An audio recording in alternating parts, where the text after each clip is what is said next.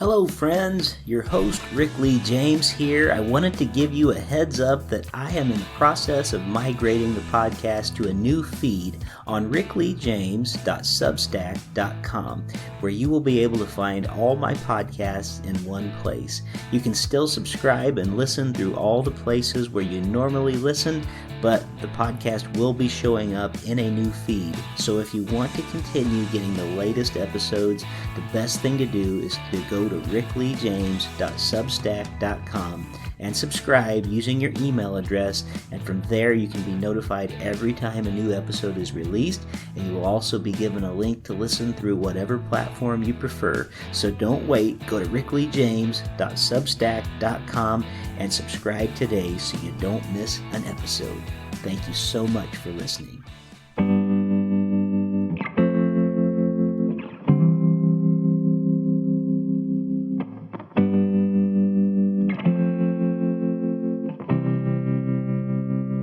Welcome to Voices in My Head, the official podcast of me, Rick Lee James. I'm a recording artist, a singer, a songwriter, an author, a worship leader, and an ordained minister in the Church of the Nazarene. The Voices in My Head podcast is where I discuss music, movies, books, pop culture, theology, and more with friends, colleagues, and sometimes just by myself. Now make sure to let me know what you think of today's episode by leaving me a review on iTunes or by tweeting at me at Rick Lee James on Twitter. And please join my mailing list at rickleejames.com, where you can receive an email every time a new episode is released. And by the way, in case you're interested in a daily dose of kindness and encouragement beyond this podcast, I also run the Twitter account at Mr. Rogers Say, where I post daily quotes from Fred Rogers, one of the voices in my head. Well, I guess that's it for the intro, so sit back, relax, and listen to the latest episode of Voices in My Head. Welcome back to Voices in My Head. As always, I'm your host, Rick Lee James, and I'm grateful that you're here with us again for another great conversation this week. My guest this week is Linda Znachko. She is the founder of He Knows Your Name Ministries, which seeks to honor every child with a name in life and dignity and honor in death. Znachko is a popular speaker at conferences and retreats and has been interviewed numerous times since the life-changing events of 2009, when she learned of the death of a precious baby boy whose body was found in a dumpster. She lives in Indianapolis, Indiana with her family, and she has quite a story to tell, and I'm looking forward to our visit today. Linda Znachko, thank you for stopping by Voices in My Head today. Rick, thank you so much. It's wonderful to be here, and I love the title of your podcast. I think that's wonderful. Thank you. I very much appreciate that, and I get a lot of compliments actually on the name. I feel pretty good about picking that years ago. It served me pretty well and lets me have a lot of good topics and conversations. I don't feel like I'm hemmed in on any one thing for sure. I feel like it just prompts curiosity, which sure. Is, yeah.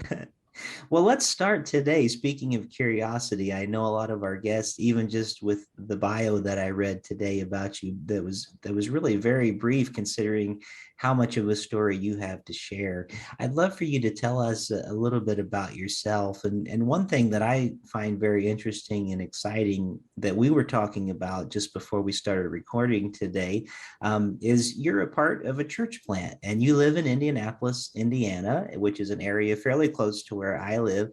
But I wonder if you could just tell us a little bit about yourself and maybe include some of the exciting news about the church plant that you're also involved with. Sure. Well, I'm from the Chicago area, and my husband and I were high school sweethearts, which is so great. And after we were married a year, we moved here to Indianapolis. And then we've had our 4 children here that we raised here. And they're now all adults. And I have one son, Andrew, and he's a prize to me for a lot of reasons, but especially because he's given me these sweet grandchildren that I got to spend the morning with. So those 3 little children live here in town, and we get to do life together, and that's really wonderful. But like you said, one of the most exciting and surprising things that we've done together is plant this church. Andrew was with the Antioch Church movement in Waco, Texas. that Jimmy Seibert and his wife Laura founded.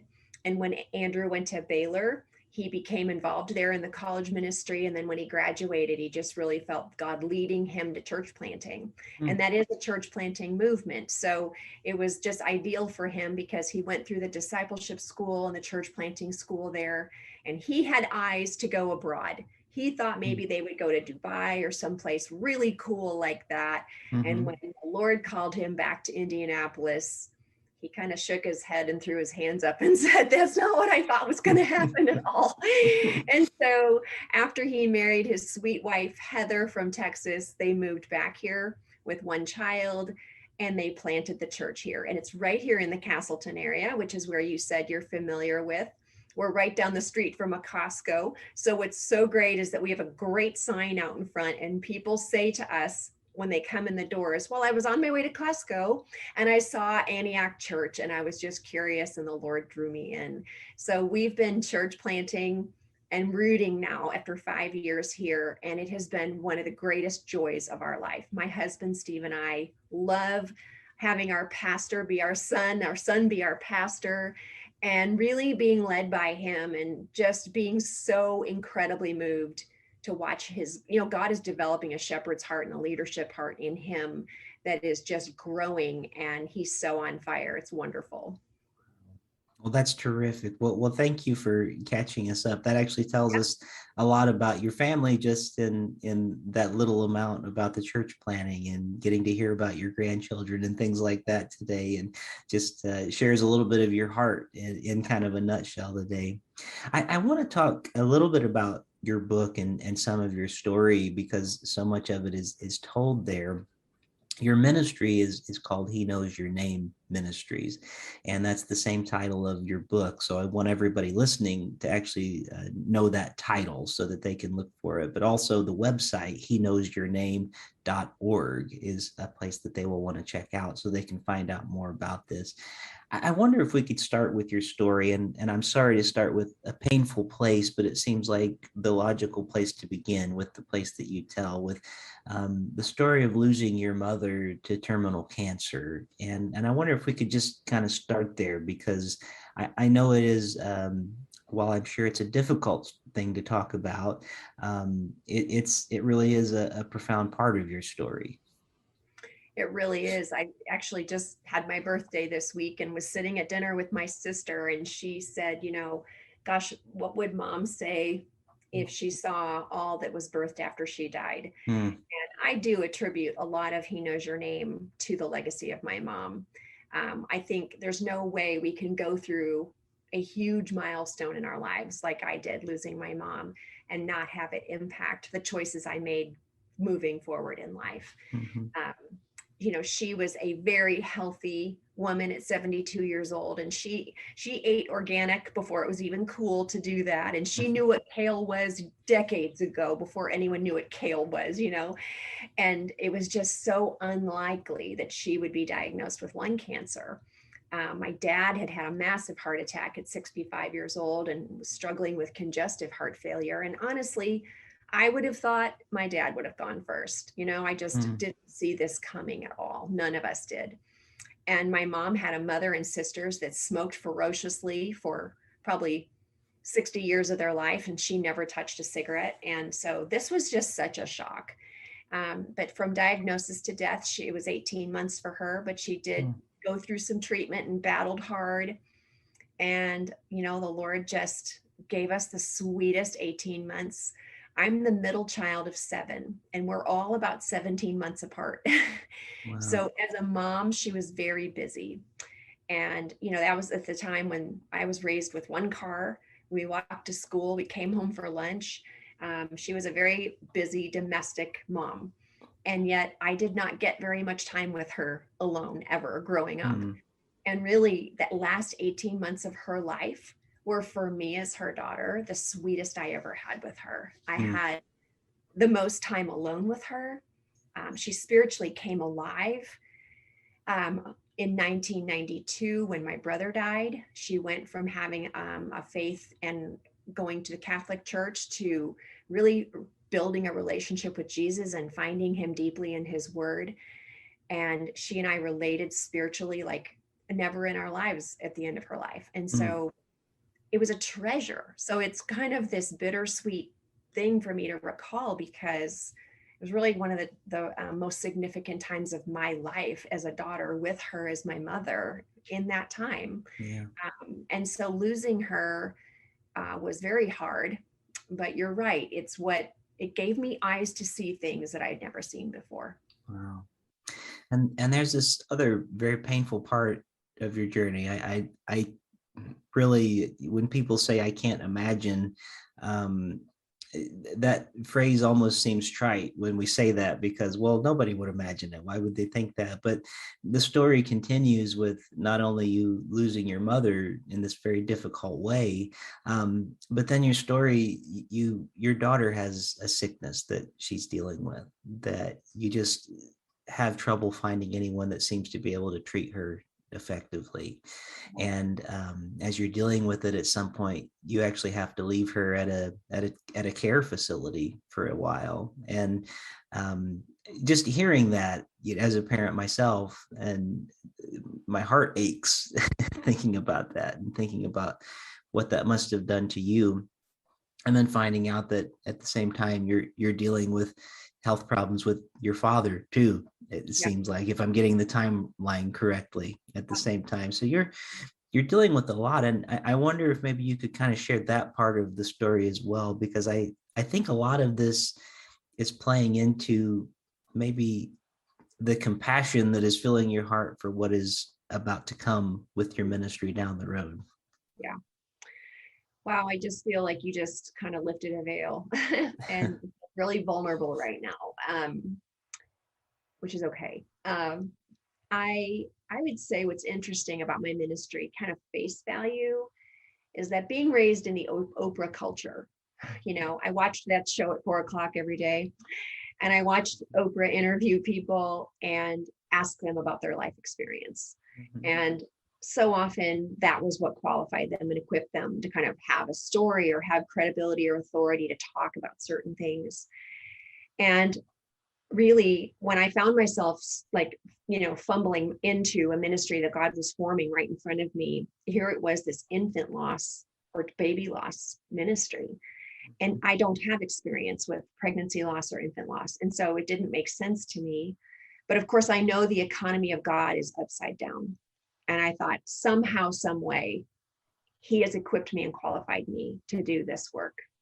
And he's anointed me and called me for such a time as this, to be a messenger in my generation of the gospel, to carry light and life and bring justice to where there's been so much darkness. And that has been pretty clear to me these last 11 years. But you're knocking on the door of a real secret place of my heart. And that is even harder than my mom and the losing of my mom and going through her cancer.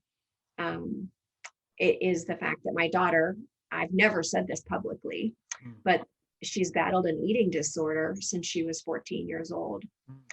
And we have been battling that with her for 15 years. And it's not going well, even still today, So even though even right now, my ministry is on the brink of a national publicity tour with a story that I'm working on, and all these things are happening, I find myself again at rock bottom emotionally as a mom, trying to save the life of my daughter, who's now 29. So it's not a baby, but she's my baby. Yeah. And this whole time, I've been up and down at death's door several times with her. And, just not really knowing at times, like, it's her story now. She's an adult. It's her story. How do I protect her?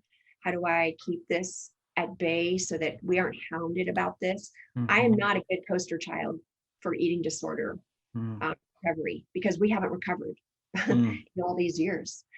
And it's a very, very painful physical and mental and spiritual disorder. And I have had to fight for hope every day for 15 years. And I realize how dangerous it is to hope when things look so gloomy most of the time. Yeah. So you're right. I mean, the compassion born in me for others who are at the grave, or knocking at the door of the grave, or in pain, or have all different kinds of things. At the end of the day, God is a God of compassion. He has a heart for his children, and he has allowed me to come in and sit close to him and know what it feels like to really ache over a child. Wow. Well, thank you for sharing that. And I'm sorry if I went too deep, and I didn't mean to uncover too much of, and I can even cut some of that out if I needed to. I apologize. Rick, you do not need to apologize to me. I've been praying the whole time you've been talking. Well, And no, really, I feel like it's funny. No one else asks me about that part of my book. And it's in there. I didn't name it. I didn't name what her disorder was. Yeah. But everyone goes to the mom story or the babies and all of that. And the interesting thing is that I originally wrote my book as a Christian living book. And I really didn't even know what that was when I did it until a editor from Zondervan called me. And he said, your manuscript's not written right for the story. And I was like, what do you mean? He said, you've written it like a Christian living book. And I said, like, so what? What do you mean? And he said, that's like, let me tell you something. And you need to write this book as a memoir. Let me show you. Yeah. The memoir says, let me show you something. Come with me. And he said, that's what your story is. And so we rewrote it in that vein. I did that, and I changed the lens. I think the faith journey of my story was what really took root. And what I didn't expect was that my book was going to become a second ministry. And that second ministry is saying yes to God, not just He Knows Your Name stories, but like, how does Linda Znachko say yes to God and hear God and believe in him and have faith every day when it feels hopeless and hard?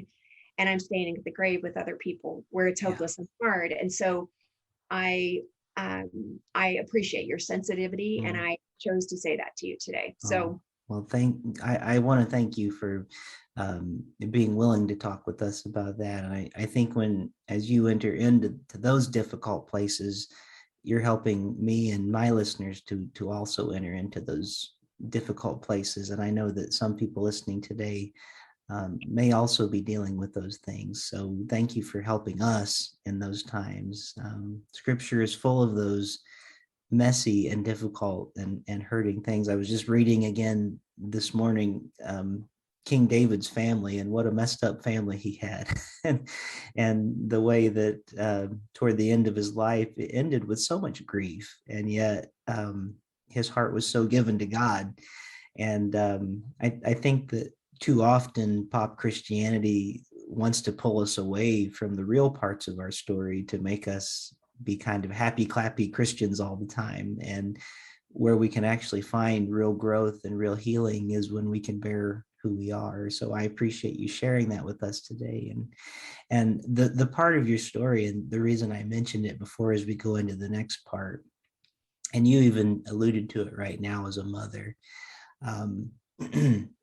there's a part that you share in the book about with your daughter, for instance, where you had to leave her at one of the treatment facilities, and to leave your child in that way, it just must be more painful than you can imagine. School started again this week for my son, who is in third grade, and every year when school starts, just yesterday was the first day of school. And I can only relate from the standpoint of, well, I dropped him off again, and every year it's like that first time, like, oh, I don't want to leave him. I wish I could walk those halls with him. And Jesus, I pray that I know you're walking those halls in those places that I can't go with them in those places. And so in a very small way, as parents, we feel those things. As we move into this next part of the story that really gets into the even bigger and broader part of He Knows Your Name ministries, you have all this that's been thrown at you up to this part of your story that you've shared. You've had the loss of parents. You've had these things with children that you're dealing with, the very real parts, very difficult parts of life. And I believe it was on the news that you first encountered this news story of a baby, that the body of a baby was found in a dumpster near where you lived, if I'm not mistaken, if I recall the story correctly. And God laid something on your heart in that moment. And I wonder if you could share that part of the story with us, because there is something very precious and profound and holy, I think, that took place in your life, that is very life-giving, even in the midst of that death. Right. So I was sitting at the computer looking at my screen, just like I'm doing right now. Yeah. And the news story came across it, breaking news, and it interrupted what I was looking at. And it said, baby doe found in a dumpster wearing only a diaper.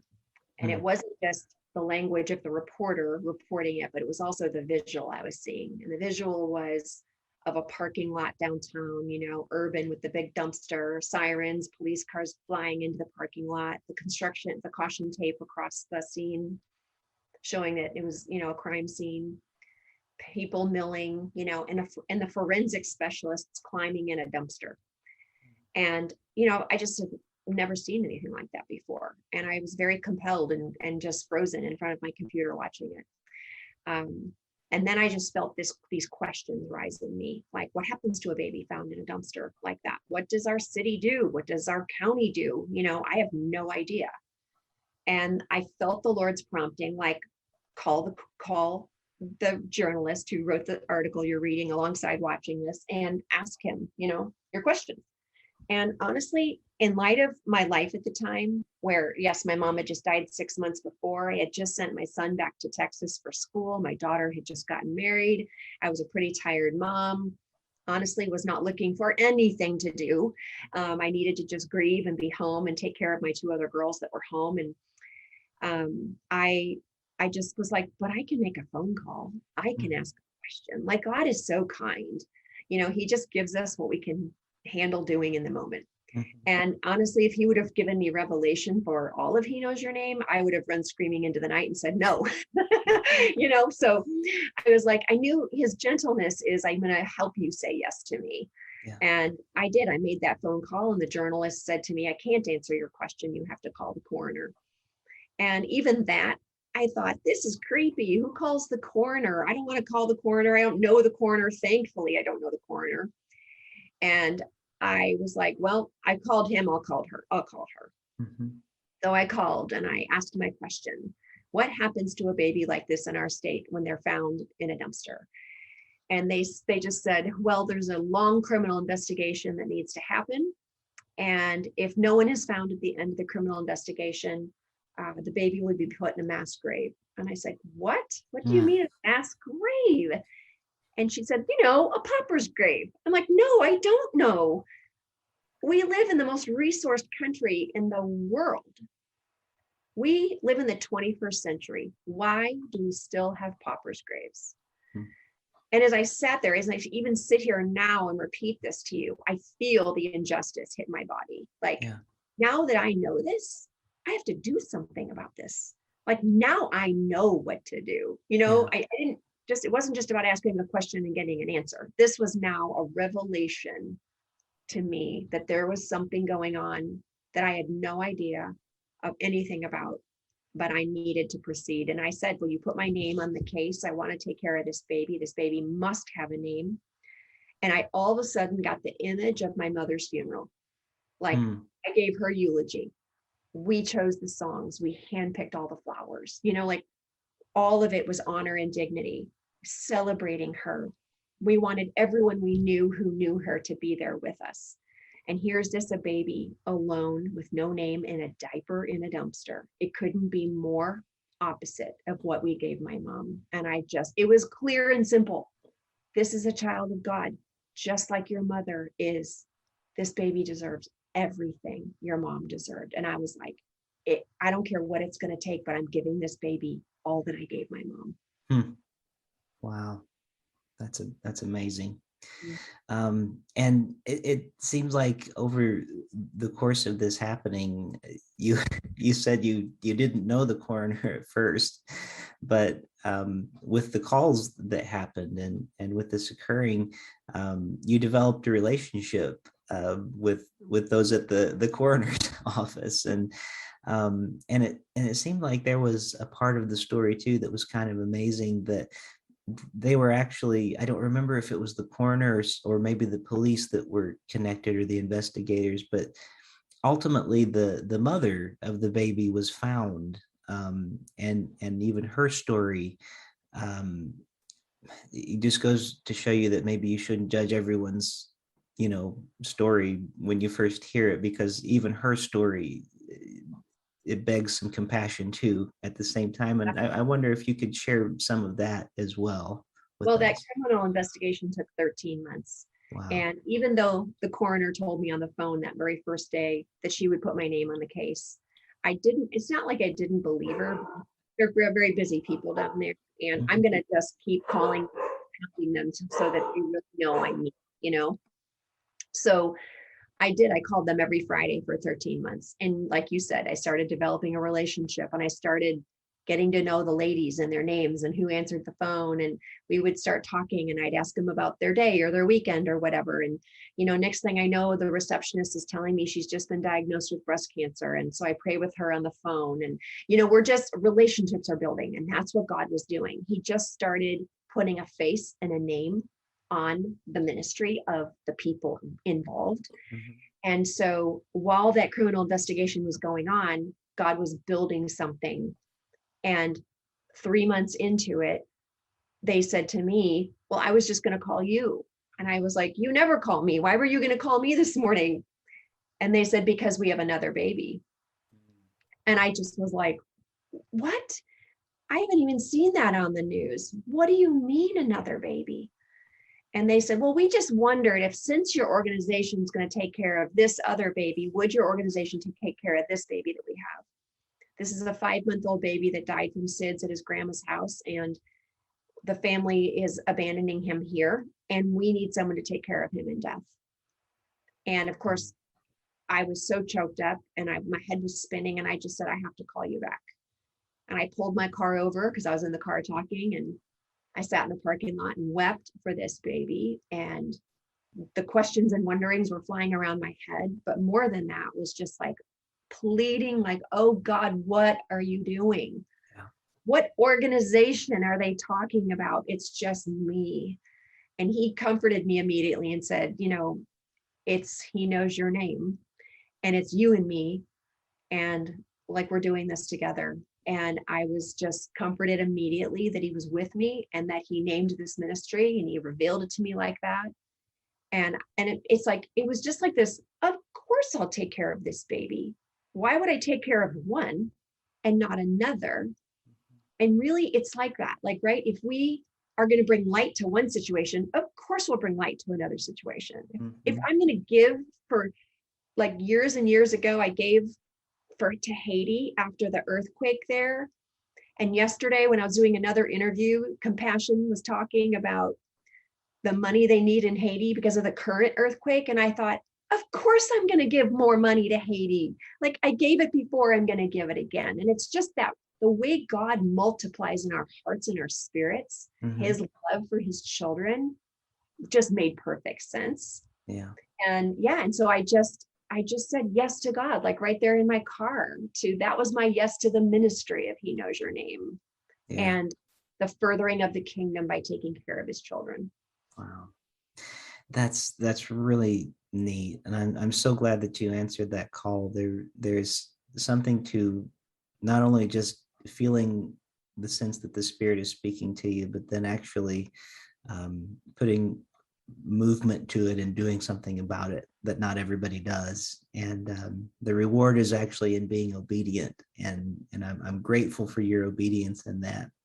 I wonder if in the time that we have left, there's so much more to the story, but I'd love for you to share too about what is called the Safe Haven Baby Box, because this is a very special thing too that you've been working with that I think a lot of our listeners probably have not heard about. And it was new to me as well. And I think it's something that is really very exciting to hear about. And I wonder if you could just share with us more about that. Sure, I would love to. It's really cool because every year I ask God for a word, over my year. And in 2015, when I asked him for a word, he gave me the word collaboration. And I kind of shook my head at him like, that's not a very spiritual word. Why are you giving me collaboration? I don't even know if I like that word. I don't get it. And the Lord just so sweetly said to me, like, oh, daughter, think of the Trinity. Each has a role and responsibility, and together we get a lot done. And I was like, oh, yeah. So God gave that to me like in January 1st. Well, the middle of January of 2015, I had a funeral for a baby that was found deceased and abandoned at a park here in Indianapolis. And when the breaking news story again hit the TV screen, and I saw them hold up a blue sweatshirt and said, this was what the baby was wrapped in. And this sweatshirt says Vincennes University Aviation Department. Does anyone know anything about any of this that maybe they would be able to help connect us with the mom or dad? And I saw that sweatshirt and I thought, aviation department, a baby girl, her name is Amelia. I can't wait to claim her and name her Amelia. Yeah. So of course I called the coroner's office and said, I want to claim this baby. And they told me right away that there would not be a very long criminal investigation at all. And that's because the condition the baby was in did not leave the investigators much to work with for that. I can't say much more about that.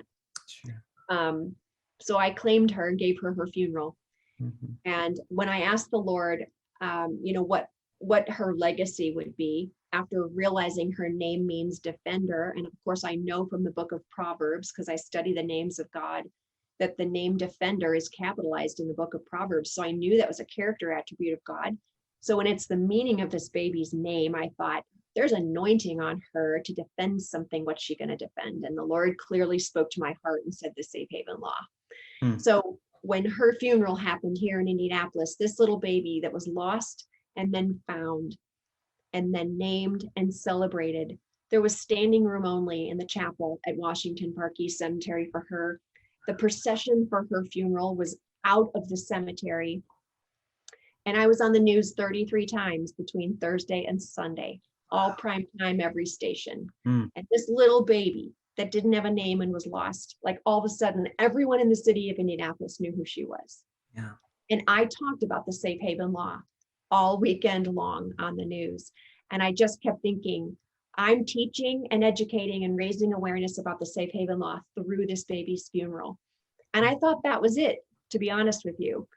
And then at the funeral, I met a woman named Monica Kelsey, and she told me all about the Safe Haven Baby Box organization she was trying to start and change legislation for. And she said, would you come to the Senate and give testimony about a real baby that's been abandoned, because you are dealing with the problem and I'm dealing with the solution. And so I did that. I went and gave claim to the fact that these abandoned babies are real. I showed them her footprint and I said, she has a name, and there are abandoned babies that I think are everywhere and we don't even find them all. And so that bill passed, became legislation, and our Safe Haven Law in Indiana was enhanced with the Safe Haven Baby Box, which is a box that offers anonymous safe surrender. And it's a unit that's put in the wall of a hospital or mainly a fire station. And a mom can walk up and open the door, put her baby in a climate controlled, alarm activating bassinet, close the door and anonymously walk away. And the baby is retrieved by a first responder from the inside of the building. And we have had 12 babies placed in these boxes. They have been all healthy, receiving medical care in under 3 minutes. And 12 of them have been adopted in 30 days. So I love to say that the Safe Haven Baby Box is an adoption option, and it's saving lives and it's working. And I think the anonymous portion of it is really key. Yeah. Oh, wow. That's, you're making me teary, just hearing that. And I appreciate you sharing about it today. That's so good.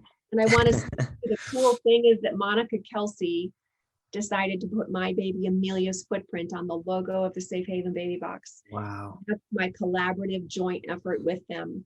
And so whenever we put a box in the state of Indiana, which we now have over 65 in Indiana, I go give testimony to this baby's life and say that footprint, that mother sees that footprint when she uses her own feet to walk up to that box and give her baby a healthy future with a forever family. Mm. And it's so powerful. But also being a neighbor of mine, you're in Ohio. Ohio has a couple boxes, and Ohio has passed legislation. And so has Arizona and Florida, New Mexico. And so it is becoming a national movement, and it's spreading through this country. And that's one of the things I'm always raising awareness for, is to say, call your legislators and make sure they enhance your law in your state.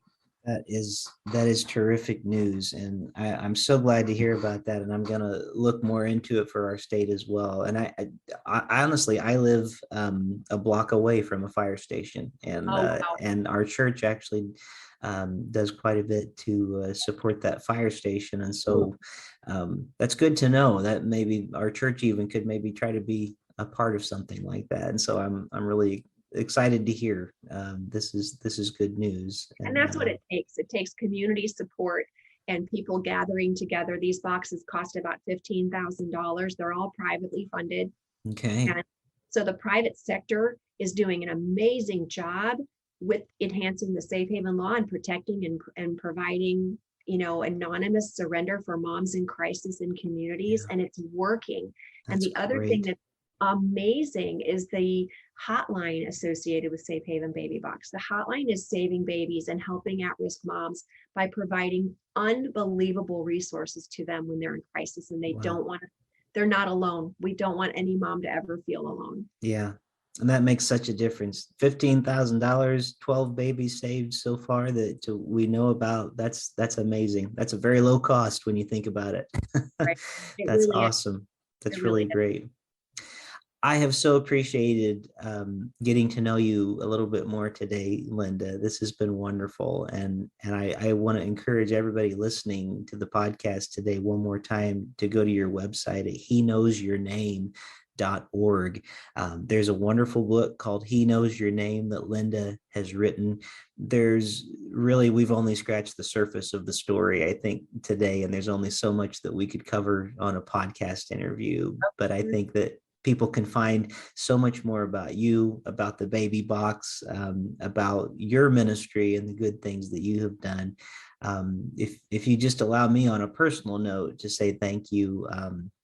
I am a father who has, my wife and I, we have lost 4 children to miscarriage. And so over the years for us, life is very precious, especially of babies. And so when we hear about people like you who have a big heart, especially for little ones who we know that God holds dear, and we know in our hearts, it was very important for us to name our babies, even though we never got to meet them. The names mean so much. And when I heard that part of your ministry, that it was giving them names and giving them dignity, and so much a part for us of our healing and help for us has been talking about the names of our children together, and talking about someday when we're going to get to be with little Joshua and the other ones, that we haven't met yet on this side of eternity, but we know are held in the arms of our Heavenly Father. And so just on a personal note, thank you.